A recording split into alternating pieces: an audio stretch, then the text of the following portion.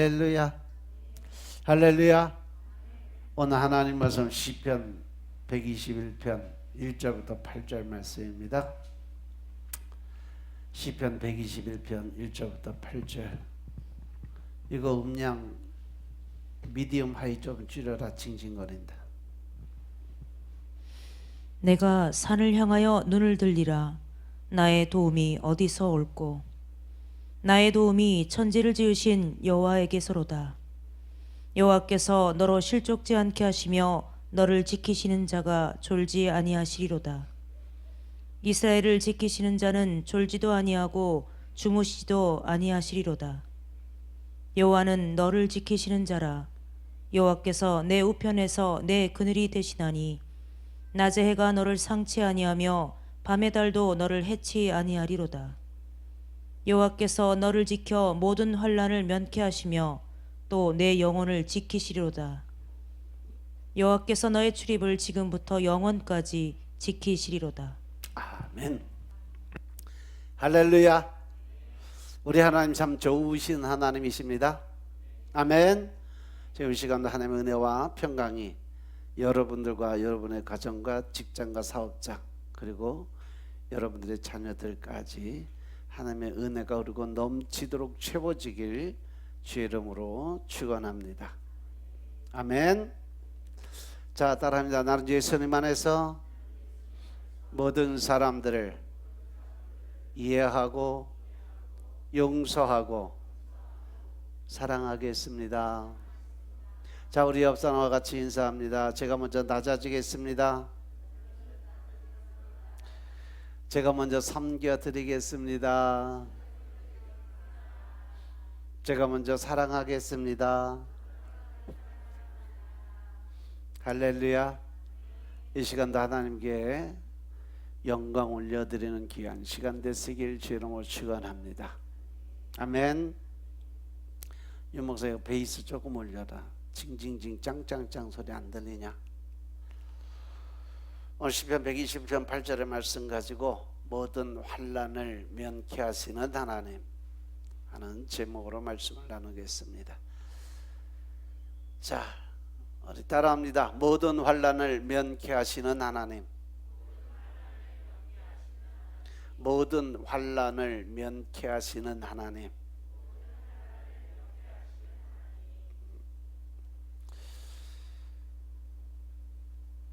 하나님께서 우리에게 주신 말씀 3절 4절의 말씀 보니까 하나님께서 너를 실족지 않게 하시고 또 너를 지키는 자가 졸지도 않게 하시고 주무시지도 않게 하시는 하나님. 우리에게 도움을 주시는 하나님은 믿음과 의의 길에서 우리가 좌절과 실망, 절망 가운데 넘어지지 않게 늘 지켜주시고 우리를 세워주시는 하나님이심을 믿으시기 바랍니다. 실족이란 말을 보니까 비틀거리다, 흔들거리다, 미끄러지다 이런 말의 뜻인데, 즉 우리의 삶 자체가 매우 불안정하게, 불안정적으로 살아가는 모습이에요. 발을 헛디뎌서 또 어떤 행동을 잘못해서 힘든 일이나 어려운 일을 겪을 때 그것이 실족이라는 표현을 써요. 그래서 오늘 이 본문 121편을 보면 120편부터 134편까지는 성전으로 올라가는 노래예요. 그래서 표제가 붙은 성전 순례시 중에서 두 번째가 바로 이 121편의 시편이에요.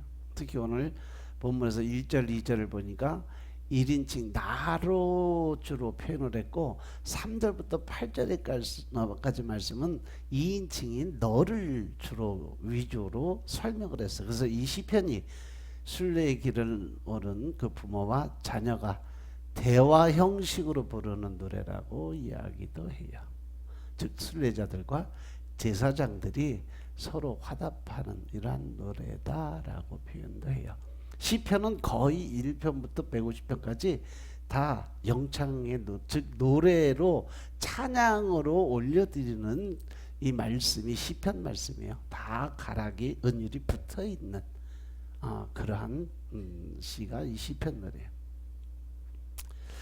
특별히 이 아론의 축복을 보면 민수기 6장 24절부터 26절 여러분들 자녀들에게 아침 저녁으로 매일 머리에 손 얹고 가슴에 손 얹고 기도드리라고 그랬죠. 하시는 분 손 들어봐.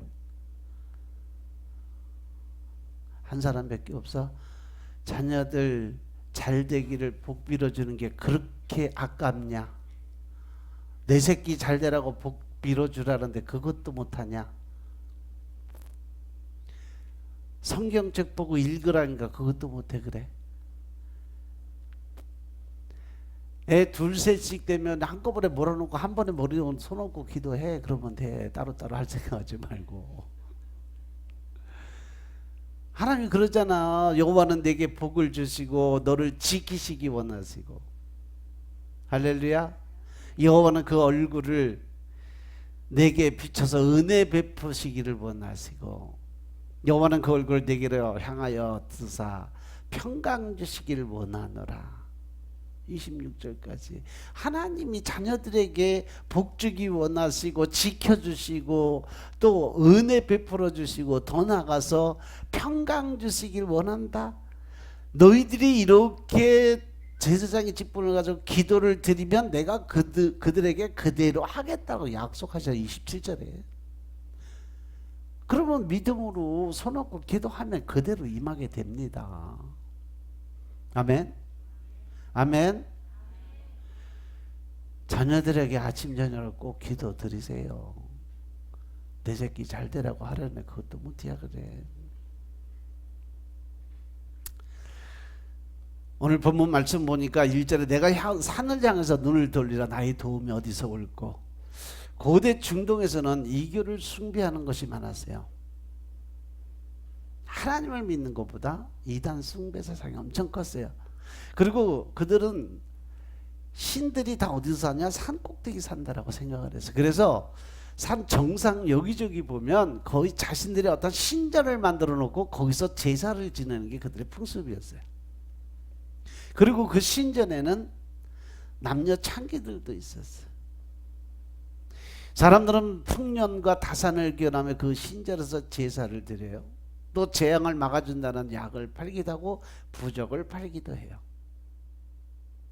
그리고 이제 마지막에 거기에 젊은 사람들이 남자들이 많이 모이는 이유가 있어요. 뭐냐면 제사가 끝나면 그곳에 일하는 보통 16살 한 20살까지 거기에 일하는 여사제들이 있어요. 그들이 흔히 부르는 성녀라고 불러요. 그런 사람들이 거기에 몇백 명씩 돼요. 제사가 끝나면 그날 저녁에 그 여사제들은 그날 저녁에 남자들과 하룻밤 자는 게 거기 법으로 정해져 있어요. 그래서 그때는 남자들이 마음 놓고 가서 마음에 드는 여자 골라서 하룻밤 자는데 거절을 하면 그게 신 앞에 엄청난 큰 죄가 돼서 무조건 가야 돼요. 그래서 거기에 남자들이 아주 엄청나게 몰려들었어요. 이스라엘 백성들도 거기 젊은 청년들 몇 명 갔다가 하루 저녁에 몇 명이 죽었더라? 24,500명이 한 번에 죽어버리고 나중에 불뱀의 그 징계를 받았던 부분들이에요. 그것을 기억하면서 이방 순례자들이 예루살렘 성전을 향해 가면서 이렇게 노래하는 거야. 내가 눈을 들어 산 위에 있는 여러 신전들을 바라봅니다. 어느 신이 나에게 도움을 줄 수 있을까요? 바알 신이 지켜줄까요? 아세라 여신이 나를 도와줄까요? 아니면 태양신의 사제들이 도움이 될까? 더 나아가서 달의 신 바로 여기 아세라 신전의 뽑힌 여자들도 거의 이게 이제 달의 신 여사제들의 도움이 될까요? 라는 그러한 노래 제목이에요. 하지만 이스라엘 백성들은 산은 불변성과 영원성을 상징하는 곳이 바로 이 산이에요. 대표적이 무슨 산이요? 시온산. 시온산이 바로 예루살렘 성전이 있는 곳. 즉 그곳에 누가 계셔? 하나님이 계신 것. 그죠? 그리고 그 거룩한 산 시온에는 하나님의 성전이 있다라고 믿고 늘 그 시온산을 향해 달려가요. 그래서 이 시인의 눈을 들어서 본다는 것은 문자적 의미만이 아니라 바로 하나님의 백성들을 보호하시고 지켜주시는 하나님을 바라보고 나는 앞으로 간다라는 그 표현을 지금 기록해 놓은 거죠. 그래서 나의 도움이 어디서 올까? 바로 나의 도움은 천지를 지신 여호와께로다라고 감사의 기도를 드리죠. 1절 보면 내가 산을 향해서 눈을 들자 나의 도움이 어디서 올까? 2절에 나의 도움은 천지를 지신 여호와께로다. 1절 마지막 말이 나의 도움이고 2절에 시작하는 말도 나의 도움이요. 그죠? 그래서 1절 2절은 도움을 강조해요. 이 단어 도움이란 단어가 보면 구조하다, 원조하다, 구해주고 도와주고 이라는 의미를 지는데 특히 전쟁 중에 위기에 처한 그 아군에게 군사와 물자 등을 지원해서 보낼 때 사용하는 그런 말이 바로 도움이라는 단어예요. 즉 시인은 자신이 영적인 전투를 지금 치르고 있는데 그 싸움을 싸워 나갈 수 있는 그 힘, 그 도움이 어디서부터 온다? 하나님께로부터 온다라는 것을 믿고 하나님만 의지하고 하나님만 바라보고 나아가고 있다는 것을 강조하는 거죠. 그래서 그 하나님이 천지를 지으신 여호와시기 때문에 그 어떠한 상황에서도 도우실 수 있고 또 어떠한 어려움 속에서도 그를 이겨낼 수 있는 힘을 주시는 분, 그분이 바로 어떤 분? 전능하신 하나님, 전지하신 하나님. 그래서 그 천지를 지으신 여호와라고 고백할 때에 천지 속에 바로 내가 그 안에 들어있다는 거잖아. 나도 천지의 같은 부유물이다. 같이 천지를 도우시는 그 하나님이 나도 도우시는 하나님이다. 그래서 자신을 도울 수 있는 분이 오직 하나님 한 분이신 것을 강조를 해. 왜? 이 천지를 창조하시고 운행하시고 지키시는 분이 하나님인 걸 자기는 굳게 믿었으니까. 아멘. 또한 이 도움이라는 단어는 에덴 동산에서 하나님께서 하와를 지어주시면서 돕는 배필이다라고 사용할 때 쓴 단어가 바로 이 도움이란 단어예요. 그것은 하와가 아담의 보조자라는 의미가 아닙니다. 이것을 교묘하게 이용을 해서 활용을 한 게 유교예요. 그래서 유교의 가장 대표적인 게 뭐예요? 남존여비예요. 남자는 귀하고 여자는 천하다. 그래서 늘 남자가 하늘이고 여자는 땅이다. 이런 식으로 해서 구별해서 여자를 무시하는 그런 사상을 만드는 게 유교인데 하나님은 그렇게 만들지 않았어요. 처음에 천지 창조하시고 인간을 만들어 놓으시고 흙으로 사람을 빚어서 그 안에 영을 둘을 집어넣었어요. 남자와 여자 영을 한 몸에다 집어넣었어요. 그리고 나서 이 아담이 혼자 독처하는 것이 하나님 보시기 안 좋아서 그를 깊이 잠들어내서 거기서 영을 분리를 하죠. 그래서 진흙으로 만든 건 남자, 세라믹으로 만든 깨지지 않는 그릇은 여자. 알고 보면 여자가 더 단단하잖아. 근데 그거를 거꾸로 뒤집은 게 유교, 불교 사상에서 나오는 거예요. 그거를 사단들이 다 뒤집어 놨어. 그래서 이 여자와 남자는 하나님은 동일하게 만드셨어요. 남자 여자 구분이 없습니다. 동일한 이치. 그래서 이 보조자의 의미가 아니라 아담은 하와의 도움을 받아야 되는 존재, 그리고 하와도 아담의 도움을 받아야 하는 존재라 서로 공생하는 관계다라는 것을 설명을 하시는 거죠. 설명을 이상하게 풀이들을 해서 그 에베소 6장에 뭐 남편은 아내의 뭐 머리고 집안의 모든 그것을 끌어간다라고 이야기만 하고 남자들은 큰 소리 치는데 그 뒤에 말은 안, 그래서 얘기를 안 하잖아. 남편은 여자를 어떻게 해라? 자기 몸같이. 즉 내가 대우받는 만큼 너도 그 사람을 대우해 주라는 거죠. 그렇게 떠받들었으면 너도 아내를 그만큼 떠받들고 살아라는 얘기예요. 그것이 하나님의 뜻이에요. 하나님 방법이고. 무시당하고 눌리고 큰소리 친다고 기죽어 살고 이건 하나님 뜻대로 살아가는 게 아니죠. 당연히 내가 받은 만큼 서로 도와갈 수 있는 삶. 그것이 하나님의 뜻, 하나님의 방법.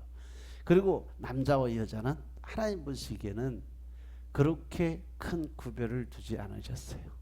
똑같은 인간으로 만들어 놓으셨다는 거 명심하시기 바랍니다. 그래서 남편과 아내는 서로 돕는 배필이 될 때 자기 배우자가 좀 더 온전해지고 이 세상에서 영적인 전쟁을 좀 더 잘 치를 수 있는 자신감을 갖는 삶을 살게 되는 거죠. 물론 남편과 아내 모두에게 하나님이 도움이 되시는 건 사실인데 그것을 어떤 힘이나 완력으로 눌러놓고 하나님의 그 논리를 역행하지 말라는 말씀이에요. 그리고 이제 3절부터 8절을 보시면 우리가 지키시는 하나님의 모습이 있어요.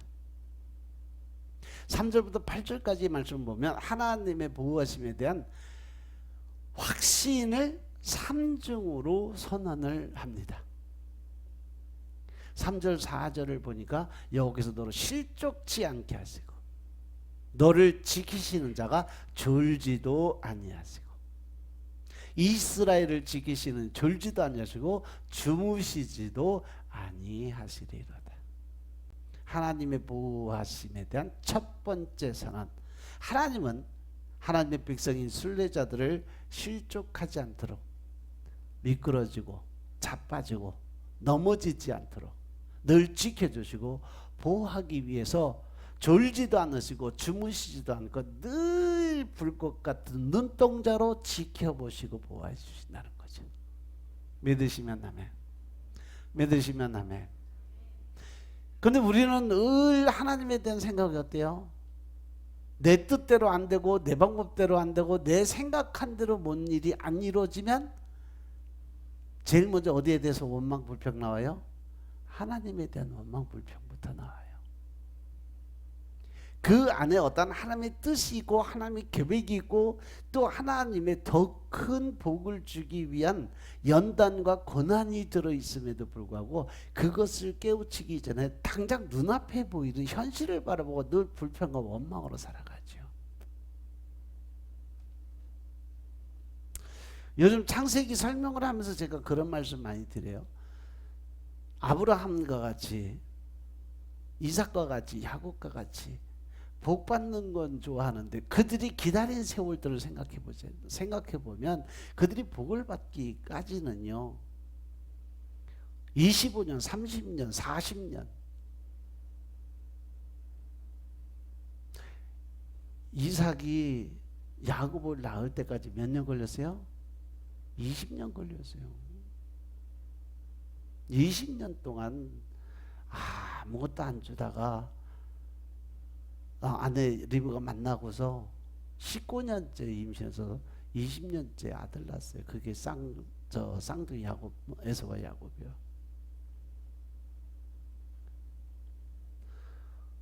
또 누구야? 아브라함은 이삭까지 낳기 몇 년 걸렸어요? 25년 걸렸어요.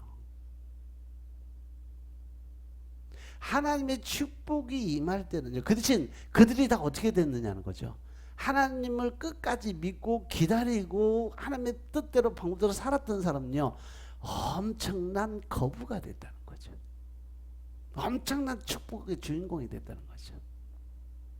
믿음이 조상이 되고 또 더 나아가서 더 많은 아주 거부가 됐다는 그러한 하나님의 말씀이 성경에 기록되어 있음을 깨달으시기 바랍니다.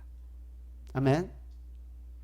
뭐 실족한다는 것은 문자 그대로 발을 잘못해서 넘어지는 건데 뭐 젊은 사람들이야 한번 넘어지고 뭐 다리 삐끗하고 다치면 한 일주일 고생하면 금방 나요, 그죠? 운동신경이 활발할 때는 뭐 넘어져도 긁히고 다리를 삔 정도 크지 않은 상처를 입어. 근데 나이가 들면 들리다는 거죠.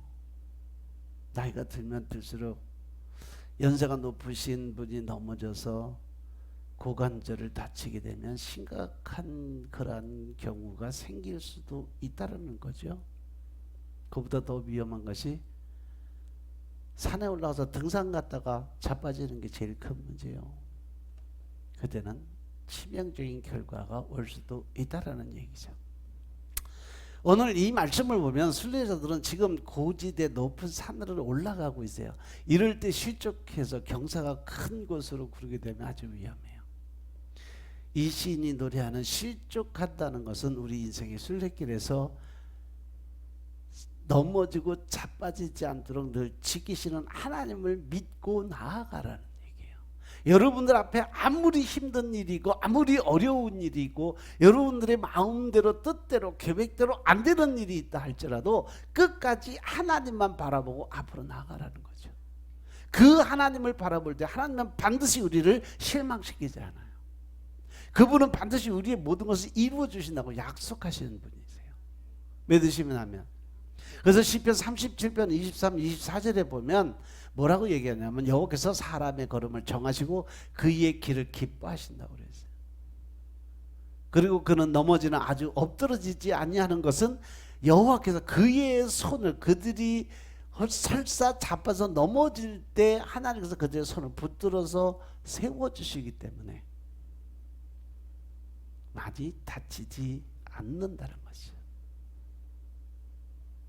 우리가 살다가 보면 넘어지거나 무너지지 않고 여기까지 올 수 있다는 것은 바로 우리 능력이나 우리가 잘나서 그런 것이 아니라 하나님께서 늘 그 오른손으로 능력의 손으로 붙들어주고 세워줬기 때문에 우리가 지금까지 여기까지 살아온 거예요.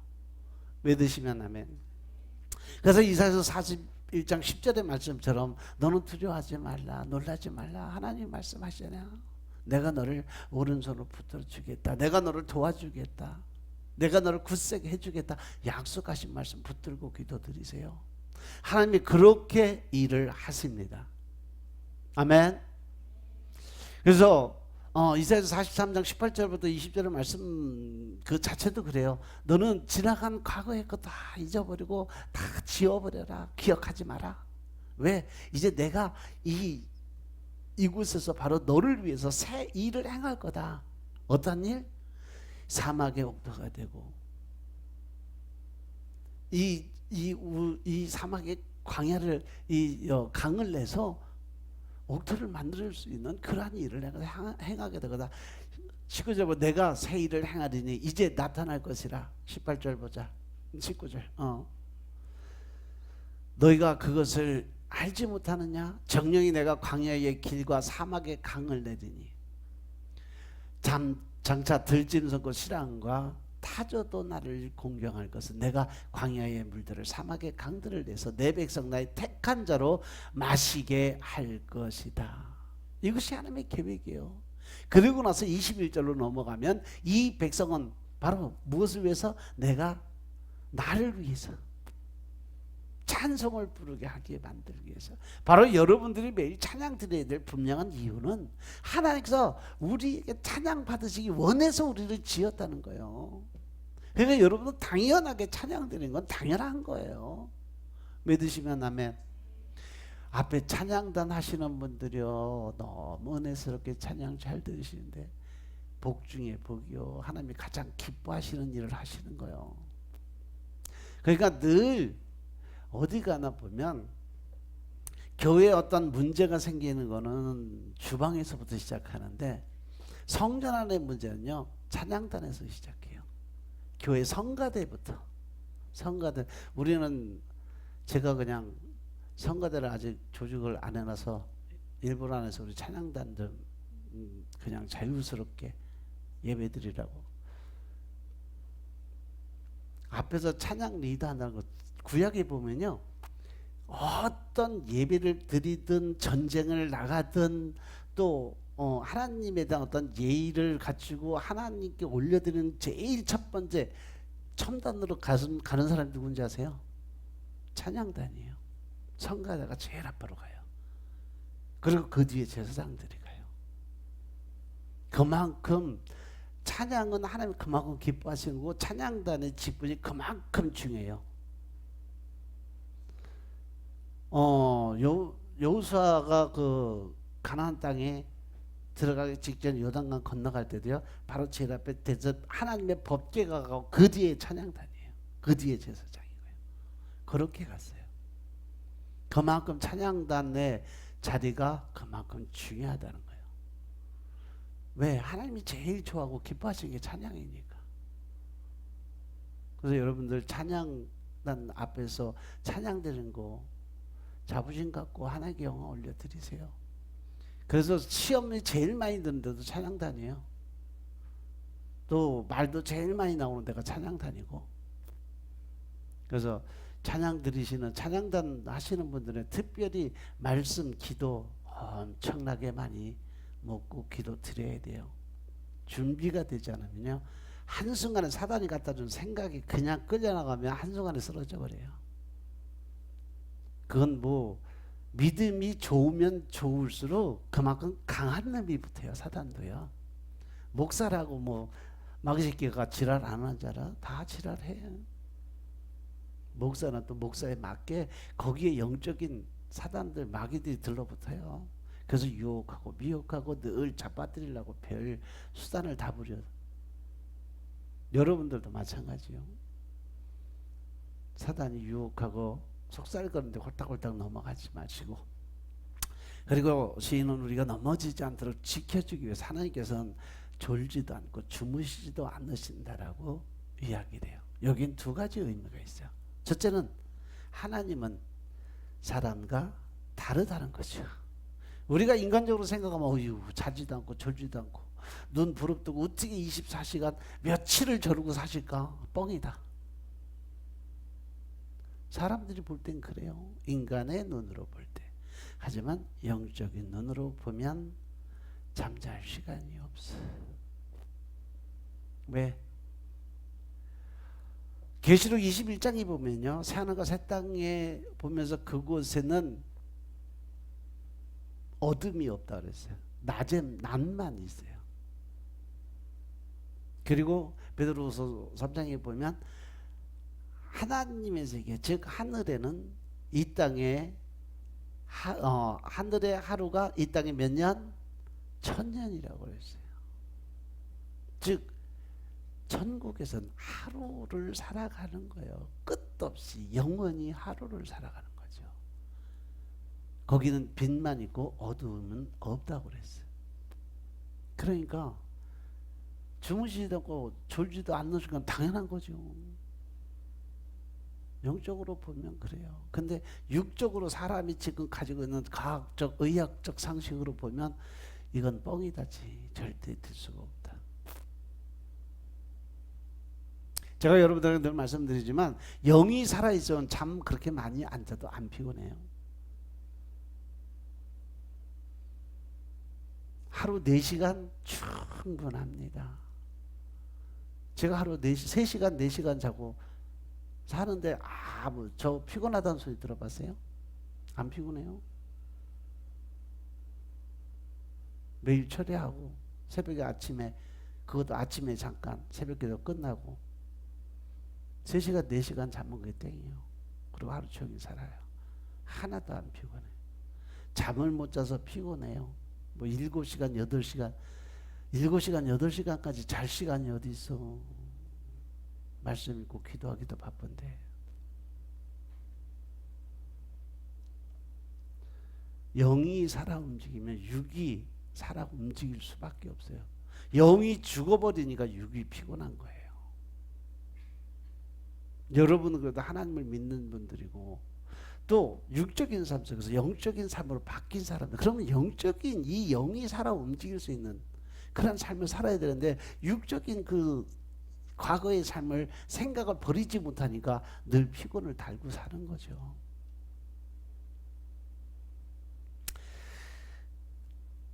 하나님은 사람과 분명히 다르다는 거 명심하시기 바랍니다. 육적인 삶과 영적인 삶은 분명히 틀리다는 사실 명심하시기 바랍니다.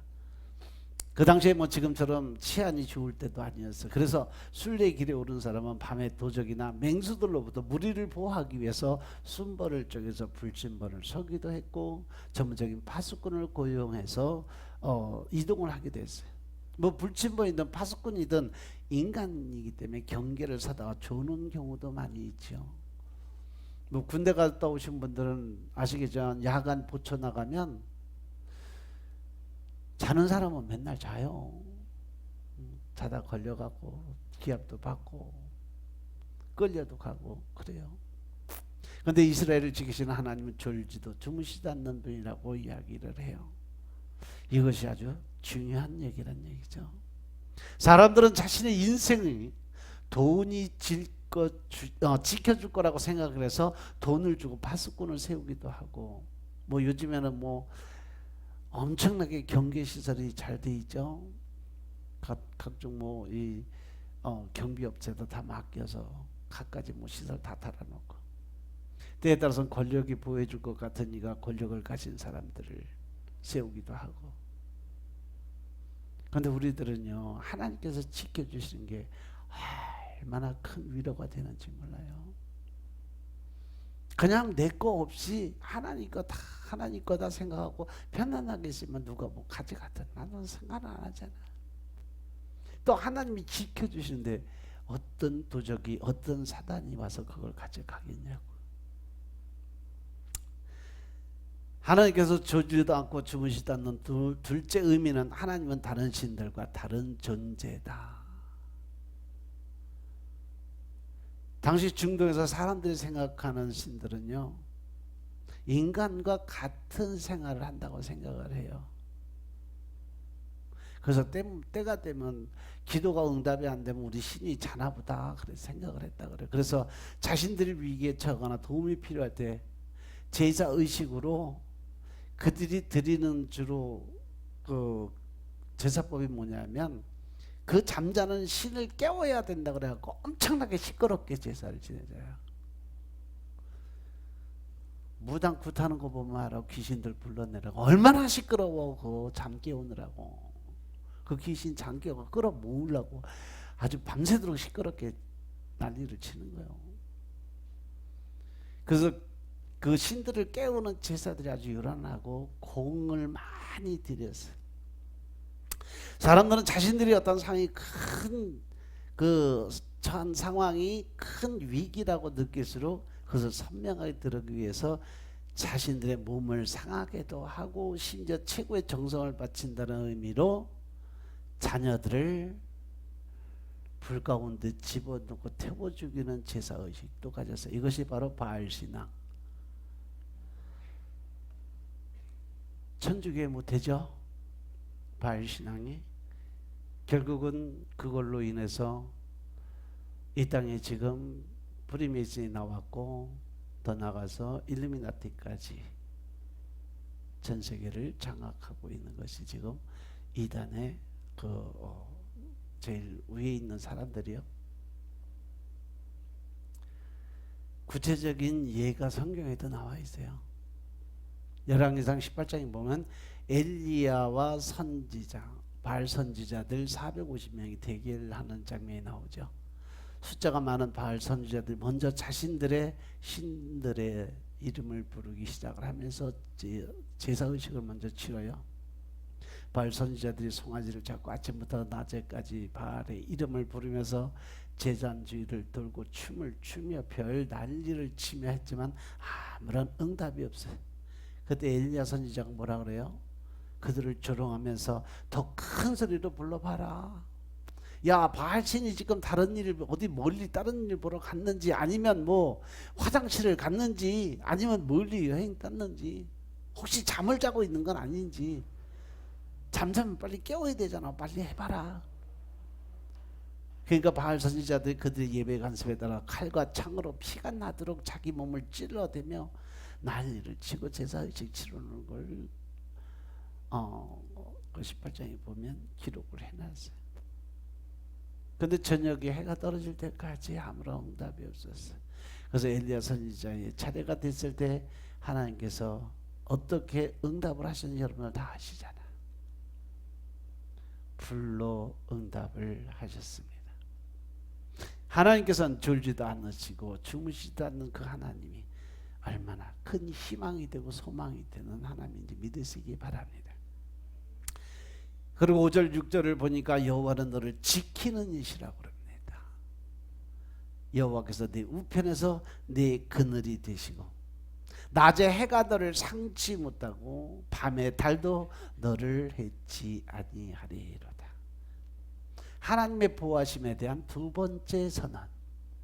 하나님 자기 백성인 순례자들의 그들의 그늘이 되어주시면서 해의 위험과 달의 위험으로부터 지켜주시겠다고 말씀하세요.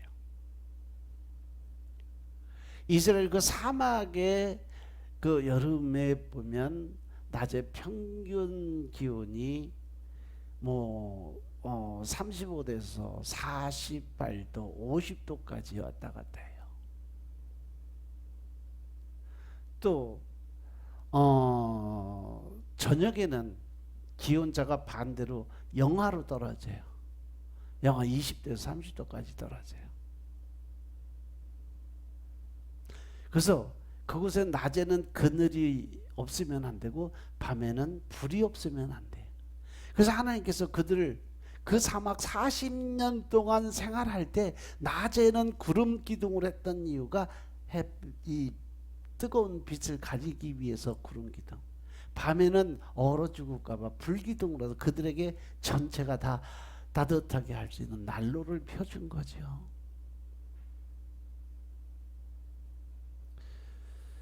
그리고 하나님께서 그들에게 능력의 손으로 그들을 지켜주신다고 약속을 하십니다.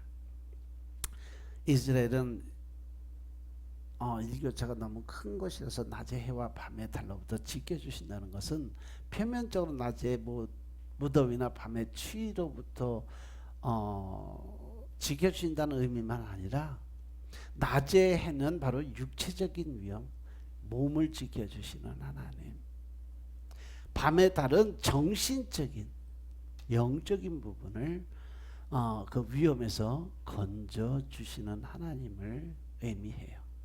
당시 중동의 사람들은 밤에 달이 머리를 상하게 한다고 해서 그들이 쓰는 그 두건이 낮에 빛을 가리기 위한 것도 있지만 밤에 달빛이 머리를 상하게 한다, 그것이 나쁜 기운이다 그래서 두건을 쓰고 그 빛을 차단하는 역할을 하는 것이 바로 그들이 쓰는 두건이에요. 그래서 그늘이 됐으니까 낮에 해가 상하지 못하게, 밤에 달이 해치 못하는 것은 어떤 상황 속에서도 우리가 살아가는 어떤 삶, 어떤 상황, 어떤 조건에서도 하나님 우리를 늘 지켜주시겠다는 약속의 말씀인 것임을 믿으시기 바랍니다.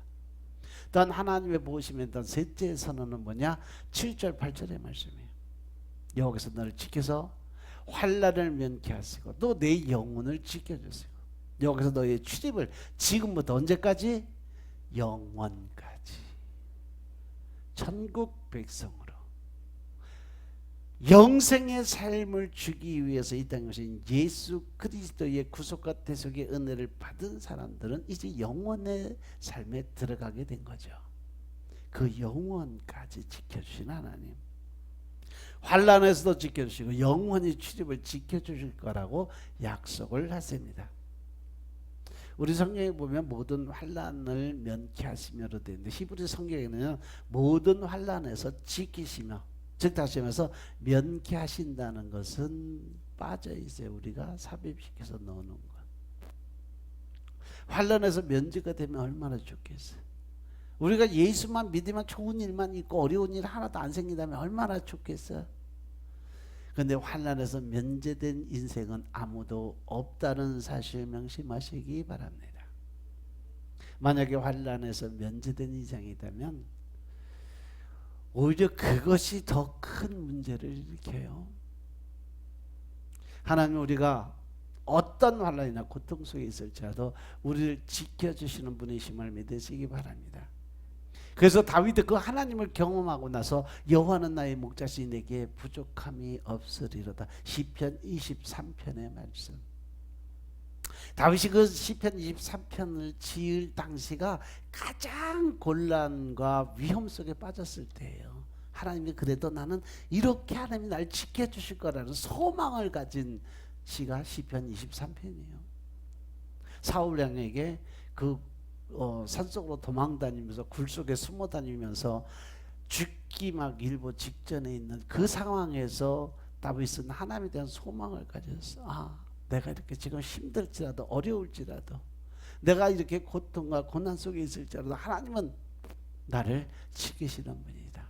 그분이 나의 목자고 내게 부족함 없이 다 채워줄 거야. 시편 23편 한번 읽어봐라.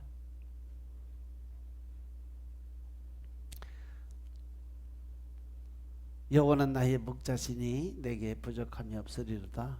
읽어. 여호와는 나의 목자시니 내가 부족함이 없으리로다. 그가 나를 푸른 초장에 놓이시며 쉴만한 물가로 인도하시는도다.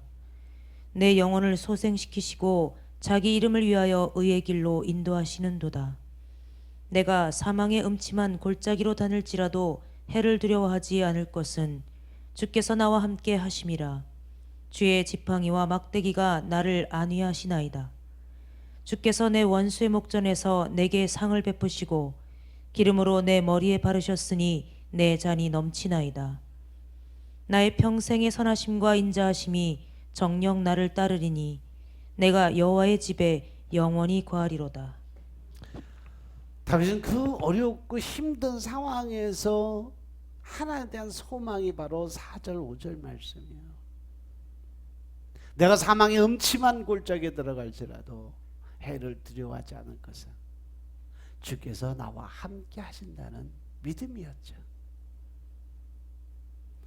여러분들도 아무리 힘들고 어려운 상황이 있다 할지라도 하나님이 함께 하시는 믿음 가지시길 주님 부탁드립니다. 하나님의 지팡이가 나를 늘 안녕히 지켜주시고 보호하시는 거예요. 그리고 나서 5절에 넘어가니까 주께서 내 원수의 목전에서 내게 상을 베푸시고, 이 모든 것이요 그대로 이루어졌어요. 다윗이 왕이 되고 나서 다윗 성전을 짓고 나서 그 모든 것이 다 이루어진 거예요. 그 전에 그 다윗을 구박하고 핍박했던 모든 사람들을 다 하나님이 정리해 주셨잖아요. 전쟁만 하면 유일하게 성경에서 전쟁하고 한 번도 안 진 사람이 바로 다윗 왕이에요. 왜? 그는 그만한 믿음을 갖고 나갔으니까. 항상 하나님의 말씀에 순종하는, 복종하는 그 믿음의 사람이었기 때문에 그렇습니다. 다윗이 아무런 환난이나 역경을 겪었던 것이 아니라 우리가 아는 대로 부모와 자녀 관계, 형제 관계, 어렸을 때도 구박만 받았잖아. 형들은 대우받는데 막내가 나가서 들에 가서 양들 지키고 더 나가서 사자 저 맹수들과 싸워서 양들을 보호하는 일들을 다윗이 했잖아요. 또 형제 관계, 죽음과 신하 관계, 부부 관계, 부모 관계, 환난을 겪지 않은 부분이 하나도 없는 게 다윗이었어요. 그럼에도 불구하고 양과 같은 자신을 목자 대신 하나님께서 늘 지켜주실 것이라는 확실한 믿음 안에 오직 하나님의 말씀에만 순종했다는 거죠. 또한 출입을 지켜주신다는 것은 몇 가지 의미가 있는데, 아침에 일터로 나가고 저녁에 집으로 돌아오는 삶을 하루의 일상을 지켜보시는 하나님. 아멘. 아침에 일터로 나갔다 저녁에 안 들어오는 사람들도 많아요. 또한 순례길을 출발할 때부터 돌아올 때까지 지켜주신다고 약속하시는 하나님. 그 길에는 강도의 위험도 있고 또 맹수들의 위험도 있고 또 세상을 바라보는 눈이 돌아오면서 우상숭배 이단들의 그 위험도 있어요. 우리가 신앙의 길을 잘 걸어갈 수 있는 것은 바로 오직 하나님만 바라보고 나가는 믿음 안에서 하나님이 지켜주시는 보호가 있었기 때문인 것임을 믿으시기 바랍니다. 또한 우리가 태어나 인생을 출발할 때부터 시작해서 영원한 나라로 들어갈 때까지 하나님은 지켜주시는 분이심을 믿으시기 바랍니다. 그래서 지금까지 우리가 올 수 있고 살 수 있었다는 것은 하나님의 보호하심이 없었으면 우리는 절대 이곳에 있는 사람이 아니다. 순례자들이 이러한 노래를 부르면서 성전 올라갔던 것은 그들이 단지 하나님의 백성 되는 것 자체에 안주하지 않냐고 더욱 하나님의 뜻대로 살아가며 하나님으로부터 나아가는 신앙을 지켜나가기 때문에 그렇다는 거죠. 우리가 하나님을 믿었으니까 난 이제 무조건 천국 간다? 아니요.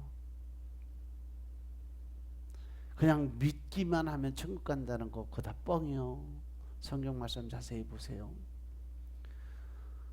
주여 주여 이름만 부른다고 천국 가는 거 아니다. 하나님의 말씀에 뜻대로 행함이 있는 믿음을 보여야 천국 간다.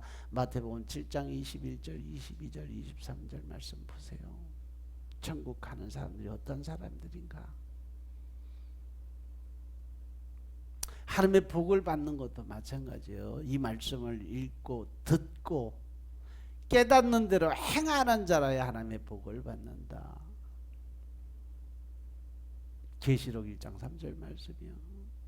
우리 매일매일도 영원한 하나님 나라를 향해서 순례의 길을 걷는 것과 같다는 거죠.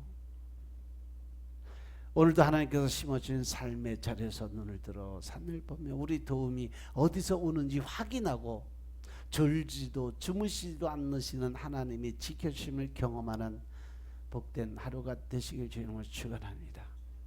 하나님의 자녀다운 하나님의 자녀로 사는 여러분들이 되시길 주님을 축원합니다. 우리가 광야의 길을 걷다가 보면 구덩이가 있기도 하고 낭떠러지가 있기도 하고 더 나가서 어둠 속에서 길을 잃어버릴 수도 있어요. 사나운 짐승의 공격을 받을 때도 있습니다. 이것이 바로 우리가 지금 살아가는 현실의 모습이에요. 그죠? 그때 하나님께서 도움을 구하고 하나님의 도움을 받는 자는 하나님께서 그가 실족하는 것을 원치 않으시고 실족하는 것을 실족하지 않도록 지키고 보호하시는 하나님. 또한 시험과 유혹을 잘 극복할 수 있도록 힘과 능력과 지혜를 허락하시는 분이 하나님이심을 믿으시기 바랍니다. 신명기 32장 9절 10절의 말씀을 보면 하나님의 분깃이 바로 하나님의 백성이라고 그래요. 즉 다시 말해서 하나님의 가장 귀한 것은 바로 누구다? 하나님을 믿는 우리들이라는 거죠. 나다. 읽어봐라. 32장 9절 10절. 여호와의 분깃은 자기 백성이라. 야곱은 그 택하신 기업이로다. 여호와께서 그를 황무지에서 짐승의 부르짖는 광야에서 만나시고 호위하시며 보호하시며 자기 눈동자같이 지키셨도다. 아멘. 이런 말씀을 보면 여러분들 힘을 얻어야 돼요. 하나님이 그렇게 지키시고 보호하시고 자기 눈동자같이 지켜주신다라고 그러시잖아요. 자기 눈동자같이. 우리 삶의 실족의 경험들이 나타나는 가장 큰 이유가 뭘까? 하나님의 잘못일까요? 아니, 우리들 잘못이요. 가장 큰 잘못이 성령 하나님이 나와 동행한다고 하시면서 하나님의 말씀하시는 뜻대로 순종치 않고 자기 의를 드러내는 삶을 살기 때문에 힘들어지는 거예요. 자기 의가 드러나는 순간부터 하나님의 일하심이 중단된다는 사실 명심하시기 바랍니다. 하나님은 지금도 기도드리는 하나님의 백성들에게 성령 하나님을 통해서 하나님의 음성을 들려주세요. 믿으시면 아멘. 보통 우리가 하나님의 음성을 듣는다고 할 때 육신의 귀로 어떤 소리를 듣는 것이 아니에요. 믿음으로 마음속에 깨달음을 주시는 성령님의 마음의 음성을 듣는 거죠. 그리고 하나님이 늘 말씀하시는 건요, 성경 말씀 안에 있는 말씀으로 말씀하세요. 그렇기 때문에 우리가 성경을 모르면 하나님의 말씀을 하셔도 들을 귀가 안 열려서 안 들리는 거예요. 그래서 성경을 매일매일 읽고 또 읽고 읽고 또 읽고 성경을 달달달 외울 정도로 그렇게 말씀 먹어야 돼요. 아멘. 성령님은 구원받은 성도들 누구에게나 그 속에서 지금도 역사를 하세요. 성령께서 가만히 주무시고 계시는 것이 아니고 하나님은 늘 우리에게 말씀하세요. 주여, 그러면 왜? 그러고 대답하세요. 여러분들이 구하는 것마다 대답을 다 해주는데 여러분들은 받을 생각 안 하고 그저 자기 할 얘기만 따다다다다다다다다 하고 그냥 주여 믿습니다 주시옵소서. 주긴 뭘 줘, 받은 것만 해도 감사드리기도 바쁜데. 구하는 기도, 물론 야고보서 3장에 보면 하나님이 그러시잖아. 내가 너희들의 기도를 듣지 않는 것은 너희 기도를 듣지 못해서가 아니라 너희에게 응답을 줄 수 없는 이유는 뭐다? 너희가 기도 소리는 듣는데 자기의 의리, 자기 욕심을 위해서 구하기 때문에 내가 네 욕심 때문에 그거 못 들어줘. 그러니까 자기 욕심에 간 그러한 기도하지 마, 이 말씀이셔요. 모든 기도는 중보자의 기도의 입장에서 기도드리시기 바랍니다. 남을 위해서 내 형편을 누구보다도 잘 아시는 분이 하나님이세요. 우리의 머리털까지 세신 분이 그거 모르시겠어. 내 기도, 내 집안 식구, 내 거는 다 버리세요. 다른 사람들 위해서 기도드리세요. 남을 위해서. 그러다 보면 내 문제는 알아서 하나님이 해결하세요. 아멘. 그래서 성령님께서 우리가 말씀 안에 들어가면 그 성령님께서 우리의 마음을 깨달음해 주세요. 하나님의 지혜와 지식과 총명, 즉 영적인 깨달음을 주시고 하나님의 지혜를 주시고 생각과 판단을 주셔서 우리가 주님 뜻대로 가는 방향을 제시해 주는 분이 성령님이세요. 요한복음 15장 그 밑에 쭉 16절 이하로 내려가다 보면요, 성령님에 대해 설명을 쭉 해주세요. 16장까지 그 성령님인데, 그 성령 하나님께서 너희들에게 해주는 건 뭐냐? 너희들이 모르는 거 알게 하고 깨닫지 못하는 거 깨닫게 해주시고 진리가 무엇이, 즉 하나님이 예수님이 어떠한 분인지 알게 해주시는 분, 그분이 성령님이라고 그러시잖아요. 그러니까 여러분들이 하나님, 즉 성령님이 내 안에 오게 하시려면 네가 내 안에 들어오고 내가 내 말이 네 안에 거하게 될 때 네가 원하는 거 내가 다 해줄게. 요한복음 15장 17절 말씀이요. 그렇게 하나님은 계속 우리에게 메시지를 주시잖아요. 네가 내 안에, 즉 내가 회개력을 통해서 하나님과 관계가 회복이 되고 내 말이 네 안에 거하게 될 때, 즉 하나님의 말씀을 계속 먹어서 말씀이 참여한 그때 성령이 인들을 통해서 하나님 원하는 거 생각만 해도, 여러분도 그런 경우 많이 하잖아요. 난 기도도 안 드리고 생각만 했는데 이루어지는 것들이 있어. 체험하신 분들은 있을 거예요. 나는 먹는 것만 생각하면 하나님이 어떻게든지 먹여주셔서 너무 감사해. 뭐 먹고 싶다 그러면 2, 3일 안에 누가 분명히 연락하고, 목사님 뭐 드시고 싶으세요? 그럼 바로 얘기하지. 나는 응답이다.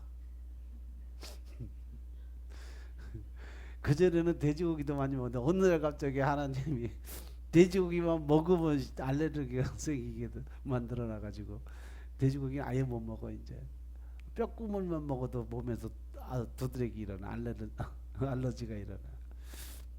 그 소고기만 먹잖아. 얼마나 좋아. 장어하고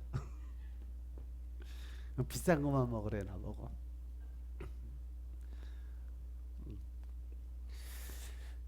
주님께서 제자들에게 세상 떠나시기 전에 성령이 우리에게 어떻게 우리를 도우시는지 말씀을 주었어요. 요한복음 16장 7절에 보니까 내가 너희에게 실상을 말하는, 내가 떠나는 것이 너희에게 유익이라고 말씀하시면 성령님한테 쭉 설명을 하세요. 그러면서 제자들에게 성령이 오실 것이라고 얘기해서 그때까지 예루살렘을 떠나지 말고 기다리라 라고 말씀하세요. 그래서 요한복음 16장 13절에 보면 진리의 성령이 오시면 그가 너희의 모든 진리 가운데 인도하시리니 그가 스스로 말하지 않고 오직 들은 것을 말하며 장래의 일을 너에게 알려주시겠다. 즉 그 성령님을 통해서 우리는 무슨 은사를 받는 거예요? 예언의 은사까지.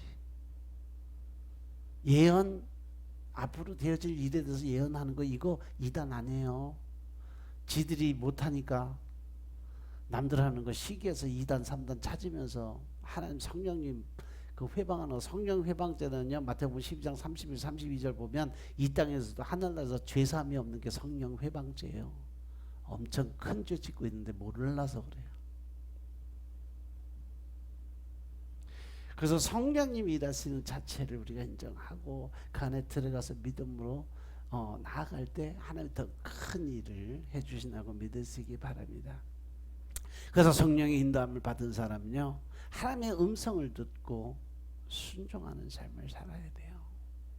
그래야 실족하지 않는 진리의 길을, 하나님의 길을, 영광의 길을 걸어가며 주님의 도우심을 경험하게 될 줄로 믿으시기 바랍니다. 최소한 여러분들이 믿는 사람이라고 할 것 같으면 바로 믿는 자들의 표적이 나타나야 돼. 그 말씀이 뭐예요? 마가복음 16장 17, 18절 말씀, 믿는 자들에게 이런 표적이 나타나야 된다. 첫 번째, 귀신을 쫓아내야 되고, 새방언을 말해야 되고, 또 뱀을 주면 무슨 독을 마시라도 해함이 없어야 되고, 병든 자에게 손 얹고 기도할 때 낫는 역사가 일어나야 된다. 이것이 바로 하나님, 예수님이 인정하는 믿음의 사람들이에요. 아멘. 그 마가복음 16장 17, 18절, 16장 17, 18절의 말씀을 활용을 하네요. 그러다 보니까 성령님이 하시는 일만 있으면 2단 3단 찾는 거지.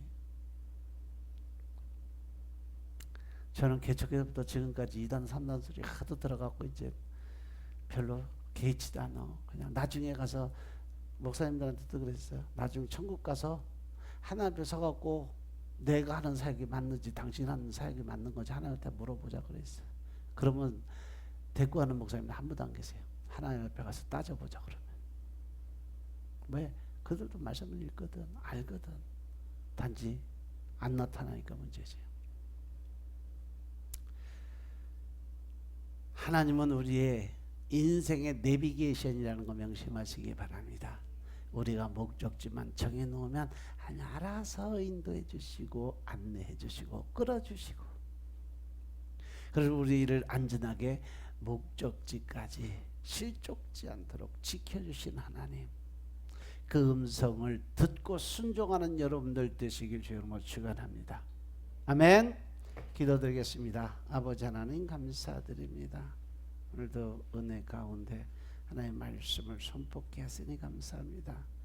신령과 진정의 마음으로 주님을 찾고 찾는 시간 되게 하시니 감사합니다.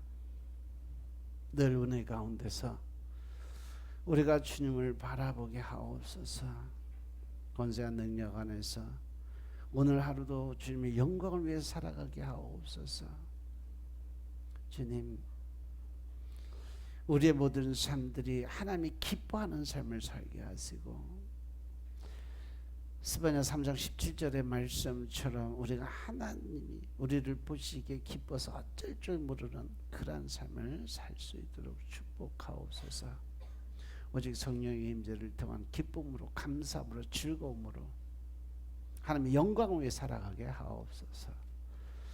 모든 말씀 우리 주 예수 그리스도의 이름으로 감사드리며 기도드렸사옵나이다. 아멘.